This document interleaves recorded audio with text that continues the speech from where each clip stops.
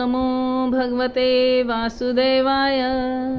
नारायणं नमस्कृत्यां नरं चैव नरोत्तमं देवीं सरस्वतीं व्यासं ततो जयमुदीरयेत्। नष्टप्रायेषु अभद्रेषु नित्यं भागवत सेवया भगवती उत्तम श्लोके भक्तिर्भवती नष्टकी। ग्रंथराज श्रीमद्भागवतम की जय। नमः विष्णुपादाय कृष्णप्रेष्ठाय भूतले श्रीमते क्रतुदासी राज इति नामिने। गुरु महाराज की जय, श्रील प्रभुपाद की जय, आप सभी भक्त वृंद की जय। तो हम कर रहे हैं स्कंद 2 अध्याय 1। बहुत ही सुंदर अध्याय है। ईश अनुभूति का प्रथम सोपान। पहले चरण में ईश अनुभूति कैसे होती है, उसके लिए हमें क्या क्या करना चाहिए और क्या अनुभव में आना चाहिए, तो यहाँ बता रहे हैं। विराट रूप, भगवान के विराट रूप की अनुभूति करनी चाहिए। तो भगवान के विराट रूप का अनुभव हम कैसे करेंगे? जैसा कि हमने शास्त्र में पढ़ा, भगवान ये जो भौतिक ब्रह्मांड है वो 14 लोकों से बना है। तो उन 14 लोकों में कौन सा लोक भगवान के किस अंग पर हम अनुभव कर सकते हैं, तो यही भगवान की विराट की अनुभूति है। तो जैसे हमने पिछले श्लोकों में पढ़ा कि जो उनके चरण हैं, श्लोक संख्या 26 में बताया गया था, जो भगवान के चरण हैं वो पताल हैं, एड़ियाँ पंजे रसातल हैं, टखने महातल हैं और उनकी पिंडलियाँ तलातल हैं। उनके घुटने सुतल नामक लोक हैं, जांघे वितल और अतल लोक हैं और कट्टी प्रदेश महीतल है और उनकी नाभि का गड्ढा बाह्य अंतरिक्ष है। मही यानी महीतल यानी भूमि, और उसके ऊपर नाभि के ऊपर, नाभि बाहरे आकाश है और जो उनका कट्टी प्रदेश है यानी कमर और पेट का हिस्सा है वो पृथ्वी है। उसके ऊपर के लोकों में अब कहते हैं, आज के श्लोक में हम पढ़ सकते हैं। उरुस्थलम ज्योतिर्निकमस्य ग्रीवा महर्वदनं व्यजनस्य तपोवराटिं विदुरादिपुंसः सत्यम तु शीर्षानि सहस्रशीर्षणम्।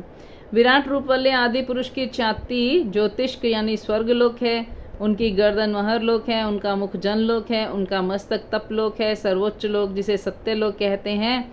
1000 सिरों मस्तिष्कों वाले उन आदि पुरुष का सर है। तो ये बहुत सुंदर अवधारणा है कि आप जिस लोक में हो भगवान के उस अंग को फील करो, है ना।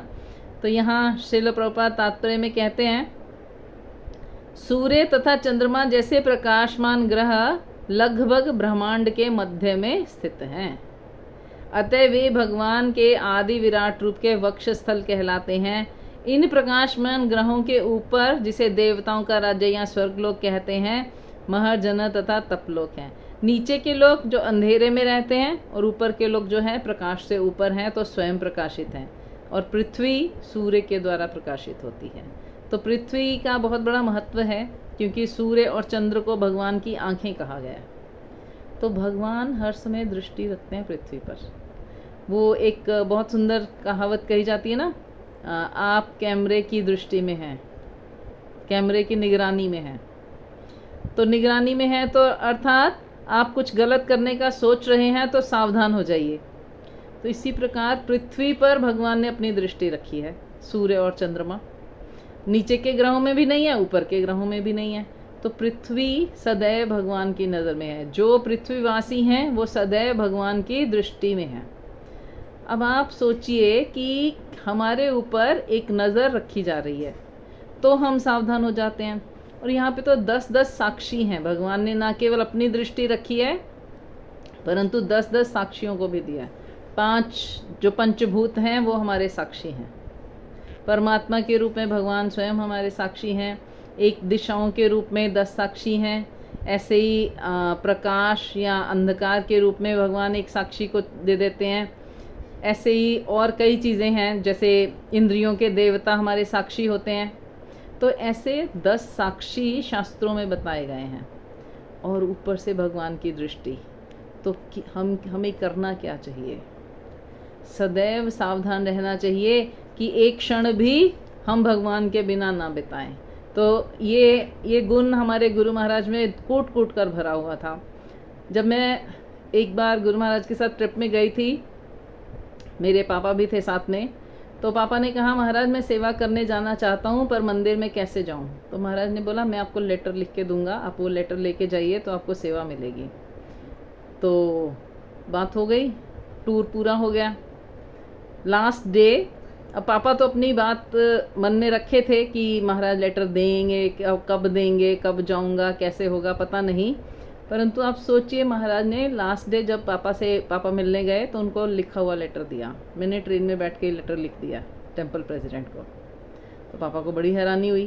खैर उन्होंने लेटर ले लिया कि कब समय निकला महाराज के पास और कब उन्होंने लेटर लिख दिया। पूरा प्रॉपर एक पेज में उन्होंने लेके पेपर पेन सब कुछ अरेंज करके लेटर लिख के दिया। और सबसे बड़े आश्चर्य की बात ये थी कि लेटर लिखने के साथ साथ महाराज ने उनको फ़ोन भी कर दिया था कि मैंने एक व्यक्ति को ऐसे, उनका ये नाम है, उनको भेजा है, आप उनको इस्कॉन में सेवा में लगाइए।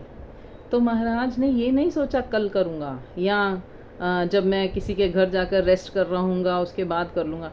टूर में ही जब भी उनको 2 मिनट का टाइम मिला उन्होंने लेटर लिखा और फ़ोन किया। तो आप सोचिए हमें कितना सावधान रहना चाहिए। ये हम अपने गुरु महाराज से सीख सकते हैं। इसको कहते हैं, इस गुण को कहते हैं अव्यर्थ कालत्वम। तो ये भक्ति रसामृत सिंधु में दिया गया है कि भक्त के जो 26 गुण होते हैं उनमें से एक ये है अव्यर्थ कालत्वम, एक क्षण भी व्यर्थ ना गंवाना। तो हम भगवान की निगरानी में हैं, हमें सदैव भजन में लगे रहना है। यदि हम अपना समय गंवाएंगे तो हमारा कार्य सिद्ध नहीं होगा। तो कहते हैं इंद्रादयो बहवा आहुअस्त्रा कर्णो दिशा श्रोत्रम मुष्य शब्दः नासत्य दस्तरो परमस्य नासे घ्राणो अस्य गंधो मुखम अग्नि इद्ध। इंद्र आदि देवता उन विराट पुरुष की बाहें हैं, 10 दिशाएं उनके कान हैं और भौतिक ध्वनि उनकी श्रवणेन्द्रियां हैं। दोनों अश्वनी कुमार उनके नथुने हैं तथा भौतिक सुगंध उनकी घ्राण इंद्रिय हैं। उनका मुख प्रज्वलित अग्नि है। तो ये विराट रूप की अवधारणा कितनी सुंदर है कि हम जिन जिन चीज़ों को देखते हैं, जिन जिन चीज़ों को अनुभव करते हैं, जिन चीज़ों के बीच में रहते हैं, उन्हीं में भगवान के विराट स्वरूप की अवधारणा है। सोचिए, एक प्रभु जी मुझे मिले, वो बोलते हैं भागवत जो है ना, मैं उसको ऐसे नहीं समझता कि कथा कहानी है। मैंने सोचा तो फिर आप कैसे समझते हो, आप मुझे भी बताओ, शेयर करो। तो उन्होंने कहा मैं समझता हूँ ये एक विज्ञान है। मैंने बोला कैसे? बोलते हैं 3 गुणों में प्रकृति चल रही है। देखो आकाश सदैव निर्मल रहता है तो सत्व गुण है ना।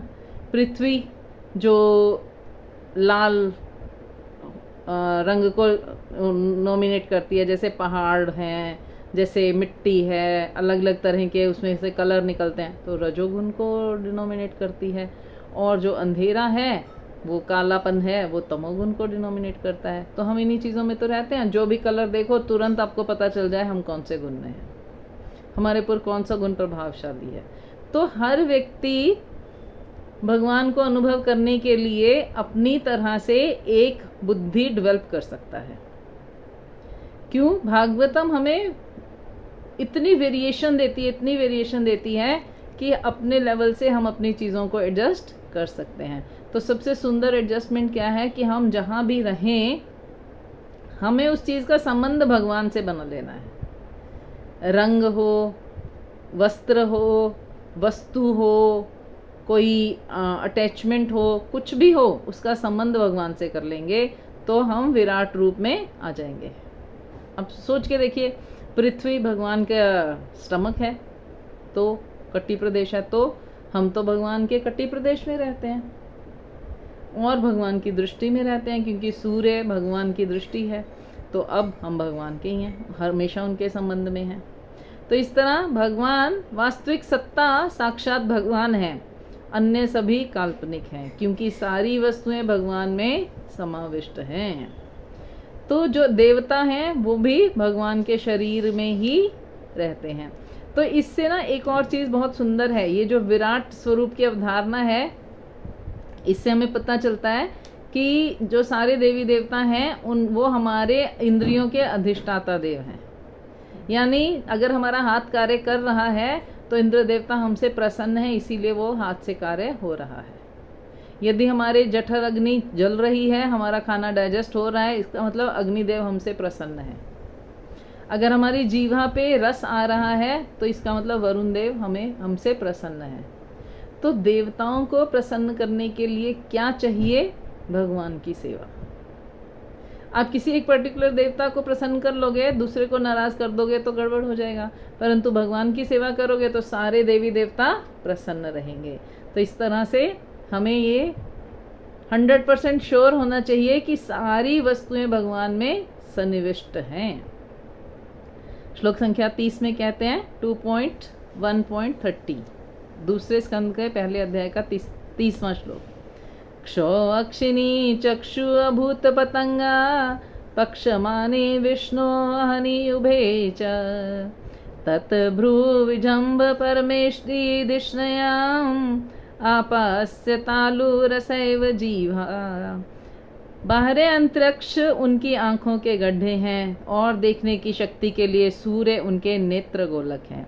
दिन तथा रात उनकी पलकें हैं और उनकी भ्रुकुटी की गतियों में ब्रह्मा तथा अन्य महापुरुषों का निवास होता है। जल का अधीश्वर वरुण उनका तालु तथा सभी वस्तुओं का रस या सार उनकी जीवा है। तो जिस जिस अंग का वर्णन है, यदि हमारी मेमोरी अच्छी है तो हम ये अनुभव कर सकते हैं कि उस अंग का अधिष्ठाता देव ये है और उसकी कृपा से हम ये कार्य संभव कर पा रहे हैं। तो सारे देवी देवता हमारे शरीर के विभिन्न अंगों के अधिष्ठाता देव हैं। आप किसी को भी रुष्ट नहीं कर सकते। तो कईयों की अवधारणा होती है कि इस्कॉन में तो देवी देवताओं को मानते ही नहीं है। मानते हैं, ये सबसे गलत अवधारणा है कि इस्कॉन में नहीं मानते। इस्कॉन में मानते हैं, परंतु इस्कॉन में पता है कि उनको प्रणाम करना चाहिए और प्रेम कृष्ण से करना चाहिए। देवी देवताओं से प्रेम नहीं कर सकते, ये डिफरेंस है। बाकी लोग क्या करते हैं, प्रेम को और प्रणाम को मिक्स करते हैं। प्रणाम सबको करना है, परंतु प्रेम केवल कृष्ण को करना है। क्यों? क्योंकि वही हमारे संबंध में है। तो श्लोक संख्या 31 में कहते हैं, छंदासि अनन्तस्य शिरो गृह्णन्ति दृष्टरा यमः स्नेह कला द्विजानी हासो जनोन्मादकारी च माया दुरंत सर्गो यदपांग मोक्षः। वे कहते हैं कि वैदिक स्रोत भगवान के मस्तक हैं और मृत्यु के देवता तथा पापियों को दंड देने वाले यम उनकी दाढ़ें हैं। स्नेह की कला ही उनके दांतों की पंक्ति है और सर्वाधिक मोहिनी माया ही उनकी मुस्कान है। यह भौतिक सृष्टि रूपी महान सागर हमारे पर डाली गई उनके चितवन का स्वरूप है। तो किसी भी चीज़ से डरने की क्या आवश्यकता है। माया भगवान की मुस्कान है, मोहिनी माया मुस्कान है भगवान की। जैसे आप देखो, एक बहुत सुंदर छोटा सा गोल मटोल बच्चा हो, वो रो रहा हो, आप उसकी तरफ आकर्षित होगे? नहीं होंगे। वो आपको देख के मुस्कुराए, हाथ फैला ले, तो आप तुरंत उसको बुलाने के लिए आतुर हो जाओगे। तो मुस्कान क्या है? मोहिनी माया है। इस प्रकार यदि हम चीज़ों को याद रख सकें, मनन कर सकें, तो हम हर समय भगवान के साथ जुड़े रहेंगे। ये भगवान का ये वाला गुण है, ये भगवान का ये वाला गुण है। इस तरह याद करते करते करते करते मनन किसका रहेगा? भगवान का रहेगा। तो ईश अनुभूति रहेगी आपको, हर समय अनुभव में भगवान रहेंगे। कितना सुंदर सुखदेव गोस्वामी हमें वर्णन कर रहे हैं। जिस जिस वस्तु को हम देखते हैं, अनुभव करते हैं, उसकी जड़ तक चले जाओ। अगर आपकी आँख है, ये भगवान की आँख है तो अंतरिक्ष है। आपकी आँख में देखने की क्षमता है तो फिर ये सूर्य देव की कृपा है। क्या बात है। आप हर समय याद रखो भगवान को, देवी देवताओं को, और उनको प्रणाम करते रहो, उनको प्रेम करते रहो भगवान को। ये भगवान कमाल है, आपने क्या सुंदर व्यवस्था बनाई है। नेक्स्ट श्लोक का श्लोक संख्या 32 में कहते हैं, व्रीड उत्तरोष्टधर एव लोभो धर्मस्तनाधर्मपथ अस्य पृष्ठं कतस्य मेढं वृष्णो च मित्रो कुक्षी समुद्रगिरयास्ति संघा। लज्जा भगवान का ऊपरी होंठ है, लालसा उनकी ठुड्डी है, धर्म उनका वक्षस्थल है, अधर्म उनकी पीठ है। भौतिक जगत में समस्त जीवों के जनक ब्रह्मा जी उनकी जननेंद्रियां हैं और मित्रा और वरुण उनके दोनों अंडकोश हैं। सागर उनकी कमर है और पर्वत उनकी अस्थियों के समूह हैं। श्रील प्रभुपाद कहते हैं परमेश्वर निर्विशेष नहीं है। आप सोचो कि मैं तो इमेजिन ही नहीं कर पा रहा, सागर पीठ हो गया, ये हो गया, ये हो गया, मैं तो इमेजिन ही नहीं कर पा रहा। तो श्रील प्रभुपाद एकदम से झटका दे रहे हैं आपको। भगवान निर्विशेष नहीं है, वो विशेष हैं। कैसे विशेष हैं? Man is made in the shape of God. जैसे तुम बनाए गए हो वैसे ही भगवान थे। उनको देखकर ही एक बहुत सुंदर एक आचार्य, रसिक आचार्य ने ये शेयर किया और मुझे बहुत अच्छा भी लगा कि ब्रह्मा जी को भगवान ने दर्शन दिया और कहा कि जाओ सृष्टि करो। तो ब्रह्मा जी ने कहा क्या करना है भगवान, मुझे क्या पता। तो भगवान ने उनको पहले की सृष्टि की एक झलक दिखाई। तो अब एक झलक देखी तो ब्रह्मा जी ने बनाना शुरू किया। बना रहे हैं, शरीर बना रहे हैं, एक छोटे जलचर, पक्षी, नभचर, 4 पैर वाले, 2 पैर वाले, ये वो सब बनाते गए। इतनी योनियां बना दी, 80 लाख योनियां बना दी ब्रह्मा जी ने। परंतु सोच में है, अभी संतुष्ट नहीं हुए ब्रह्मा जी। इतना कुछ बनाया भगवान की सेवा के लिए, फिर भी संतुष्टि क्यों नहीं है? तो बड़ा सोच में है कि भगवान करना क्या था, मुझे पता नहीं, मुझे आपने किस लिए पैदा किया, पर मैं जो कर रहा हूँ वो आपकी आज्ञा अनुसार है, परंतु मुझे संतुष्टि नहीं है। फिर भगवान का ध्यान करते हैं ब्रह्मा जी कि भगवान आपने मुझे क्या कहा था, जाओ सृष्टि करो। और आपने मुझे एक सृष्टि की झलक दिखाई, तो उस झलक में मैंने क्या क्या देखा। अब वो देख रहे हैं, उस झलक में मैंने सबसे पहले भगवान को देखा।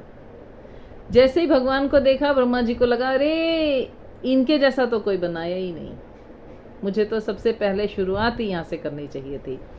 अब ब्रह्मा जी ने क्या बनाया?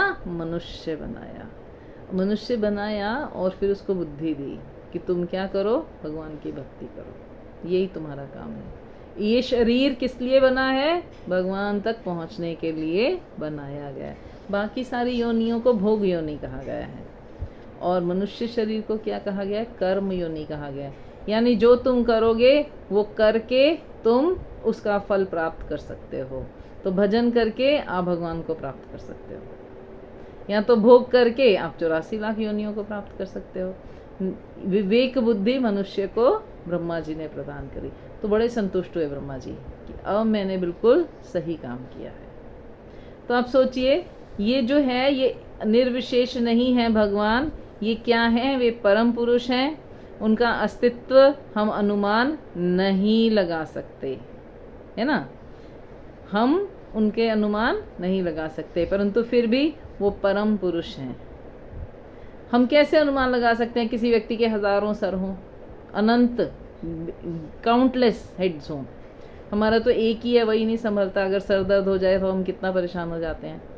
और अब सोचो रावण जिसके 10 सर थे, कभी सर दर्द हो जाए तो कैसा होता होगा, बड़ा परेशान। तो भगवान जिनके अनंत हैं उनका तो कोई काउंटलेस बता ही नहीं, समझ ही नहीं सकते हम कैसे गर्दन पे फिक्स होते होंगे इतने सर, पता नहीं। तो हमें वो इमेजिन नहीं करना, हमें इन चीज़ों को समझ के, इन चीज़ों को श्रवण करके छोड़ देना है। इन चीज़ों को भक्ति में आगे बढ़ने के लिए यूज़ कर सकते हैं कि हाँ हमने ये पढ़ा, भगवान ऐसे हो सकते हैं, पर हम इमेजिन नहीं कर रहे कैसे हैं। शास्त्र बता रहा है ऐसे हैं तो हैं, है ना। नदयो अस्य नाड़यो अथः तनुरुहानि महीरुहा विश्वतनोर नृपेन्द्र अनंत वीर्य श्वसितं मातृश्वा गतिर्वयः कर्म गुण प्रवाह। ही राजन, नदियाँ उस विराट शरीर की नसें हैं, वृक्ष उनके रोम हैं और सर्वशक्तिमान वायु उनकी श्वास है। व्यतीत होते हुए युग उनकी गति तथा प्रकृति के तीनों गुण की क्रियाएं ही उनके कार्यकलाप हैं। तो भगवान ना तो जड़ पत्थर है ना निष्क्रिय, वे समय के साथ गतिशील होते हैं और भूत भविष्य के बारे में भी सब कुछ जानते हैं। तो ये भगवान के कार्यकलाप हैं, गुणों की प्रतिक्रियाएं। एक बार हमें ऐसा लगता है, दूसरी बार हमें ऐसा लगता है। तो क्यों लगता है? क्योंकि ये भगवान के द्वारा अनुभव करवाया जा रहा है। तो इसीलिए हमें क्या करना चाहिए? श्रील प्रभुपाद बहुत सुंदर लिखते हैं, ब्रह्म संहिता में कहा गया है सारे ब्रह्मांड तथा उनके अधीश्वर ब्रह्माओं उनके श्वास लेने की अवधि तक ही अस्तित्व में रहते हैं। यहाँ पर इसकी पुष्टि की गई है। ब्रह्मांड के भीतर जिस वायु में सारे ब्रह्मांड और ग्रह स्थित हैं, वह विराट पुरुष की श्वास मात्र है। भगवान ऐसे सांस छोड़ते हैं तो ब्रह्मांड प्रकट हो जाते हैं, और अंदर खींच लेते हैं तो सब कुछ उनके पेट में चला जाता है। तो कितने विराट होंगे भगवान कि अनंत कोटि ब्रह्मांड उनके शरीर में चले गए, और फिर जब बाहर निकले तो कितने कितने करोड़ों निकल आए बाहर ब्रह्मांड। और उन सब ब्रह्मांड में जो सिस्टम है वो कैसा है? जैसे भगवान स्वयं है ना, सारा सिस्टम सेम है। तो इस तरह से भगवान के सगुण उपासक जो होते हैं वो कम कष्ट का अनुभव करते हैं इन कंपैरिजन टू निर्विशेष जो विचारधारा रखते हैं। ऐसा क्यों कहा गया? क्योंकि निर्विशेष विचारधारा से हम बिल्कुल भी इमेजिनेशन नहीं कर सकते, पर साकारवादी लोग क्या कर सकते हैं? भगवान के साकार रूप का अनुभव कर सकते हैं। तो श्लोक संख्या 24-34 में कहते हैं, ईशस्य केशान विदु अम्बुवाहान वासस्तु संध्यां कुर्वर्य भुम्ना अव्यक्तमाहुर्हृदयं मनश्च सचंद्रमा सर्वविकार कोशः। हे कुरु श्रेष्ठ, जल ले जाने वाले बादल उनके सर के बाल हैं, दिन या रात्रि की संध्या उनके वस्त्र हैं, और भौतिक सृष्टि का परम कल्याण ही उनकी बुद्धि है। चंद्रमा उनका मन है जो समस्त परिवर्तनों का आगार है। तो बहुत बहुत सुंदर कंपैरिजन हैं। भगवान को कहा गया कि उनके जो बाल हैं वो कैसे हैं। अगर हम बादल को देखें, हम इमेजिन कर सकते हैं कि किसी के बाल हो सकते हैं। तो करके देखिए इमेजिन कि ये बादल जो हैं ये क्या है? भगवान के बाल हैं। यहाँ बताया गया जल ले जाने वाले बादल उनके सर के बाल हैं। अब सोचो, भाई तो बारिश का मौसम है, आपको कितने बादल दिखाई देंगे, और आप इमेजिन करो ये भगवान के बाल हैं। तो आपका संबंध भगवान से, आपकी मेमोरी भगवान से जुड़ गई। हर समय दिन या रात उनकी संध्याएं उनके वस्त्र हैं। तो विराट पुरुष की अवधारणा क्यों है? ताकि हम अनुभव कर सकें भगवान। विज्ञान शक्तिं महिमा मनन्ति सर्वात्मनो अंतःरणं गिरित्रम् अश्वाश्वत युगष्ट गजानखानी सर्वे मृगा पश्वश्रोणिदेशे। पदार्थ का सिद्धांत महतत्व सर्वव्यापी भगवान की चेतना है। जैसा कि विद्वानों ने बल देकर कहा है, रुद्रदेव उनका अहंकार है, खच्चर, घोड़ा, ऊंट, हाथी उनके नाखून हैं, तथा जंगली जानवर और सारे चौपाए भगवान के कटी प्रदेश में स्थित हैं। तो सब चीज़ें भगवान के शरीर की ही व्यवस्था में है। वयांसी तत् वयाकरं विचित्रं मनु मनीषा मनुजः निवासः गंधर्व विद्याधर चारण अप्सरा स्वर स्मृति असुर अनीक वीर्य। विभिन्न प्रकार के पक्षी उनकी दक्ष कलात्मक रुचि के सूचक हैं। मानव जाति के पिता मनु उनकी आदर्श बुद्धि के प्रतीक और मानवता उनका निवास है। गंधर्व विद्याधर चारण देवदूत जैसे देवी मनुष्य उनके संगीत के लय को व्यक्त करते हैं, और आसुरी सैनिक उनकी अद्भुत शक्ति के प्रतिरूप हैं। तो हर वस्तु का संबंध भगवान से बहुत सुंदर है। यहाँ मनुष्यों के लिए बहुत सुंदर बात कही गई है। मनु संहिता मानवता के लिए आदर्श विधि ग्रंथ है, और प्रत्येक व्यक्ति को सामाजिक ज्ञान के इस महान ग्रंथ का पालन करना होता है। कभी बचपन में आपको भी शायद ऐसा अनुभव में आया होगा कि जब माता पिता ने आपको कोई नियम बताया होगा, ये ऐसा करते हैं या ऐसा नहीं करते, तो आपने सोचा होगा कि क्यों नहीं करते, या पूछने से तो डर लग रहा है परंतु हमें पता होना चाहिए कि ये क्यों नहीं करते। जैसे मान लो मेरे पिताजी ने एक बार मुझे बोला कि हम एक नई जगह, मेरे पिताजी की ट्रांसफरेबल जॉब थी, तो हम एक नई जगह शिफ्ट हुए। तो मेरे फादर ने मुझे बताया कि उन घरों में नहीं जाना। कुछ 4-5 घर उन्होंने मुझे बताया कि इन घरों में नहीं जाना। तो मुझे लगा अरे मेरे पापा तो इतने पढ़े लिखे हैं, ये जाति पाति में विश्वास क्यों रखते हैं कि वो छोटी जाति के हैं, हम अच्छे उसमें हैं तो हमें नहीं जाना उनके घर। तो तब मुझे बिल्कुल समझ में नहीं आया, परंतु अपने पापा की नॉर्मल वो था कि पापा ने बोल दिया तो नहीं करना, तो नहीं गए वहाँ, है ना, नहीं गए।